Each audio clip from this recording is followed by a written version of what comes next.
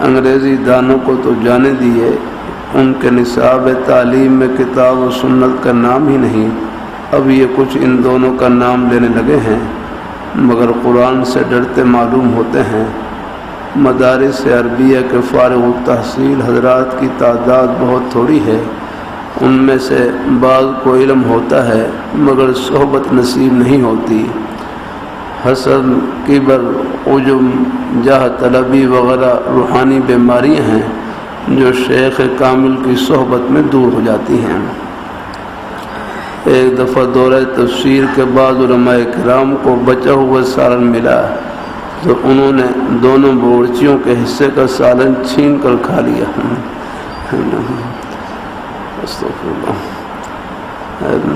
انہوں نے دونوں باورچیوں کے حصے کا سالن چھین کر کھا لیا، یہ ڈاکہ نہیں تو اور کیا ہے؟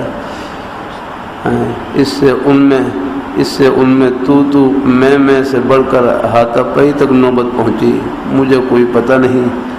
اگلے دن مصری رحیم بخش مرحوم نے مجھ سے اس کا ذکر کیا تو تحقیق کرنے پر معلوم ہوا کہ واقعی جھگڑا ہوا۔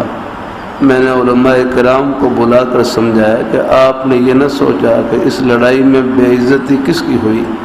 باورچیوں کی نہیں بلکہ آپ کی بے عزتی ہوئی۔ ایک دن بعد علماء کرام نے باسی روٹی میرے سامنے لا کر پیش کر دی کہ ہمیں یہ کھانے کو ملتی ہے۔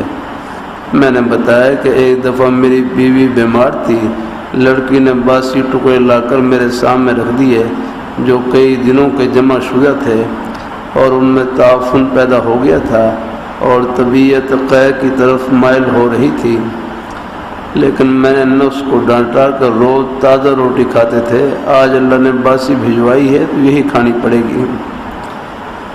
میرے دادا پیر رحمہ اللہ کہ ہاں ایک دن کڑوا خربوزہ آیا تو سارا خود کھا گئے۔ ایک پھان خادم کو دے کر فرمایا کہ لو بھائی تم بھی چکھ لو، یہ نہ کہنا کہ آج مجھے حصہ نہیں ملا۔ اس نے زبان پر رکھا تو تھو تھو کرنے لگا۔ آپ نے فرمایا جو کہ روز جو میٹھے بھجواتا تھا آج اس نے کڑوا بھجوا دیا تو تھوک دیا۔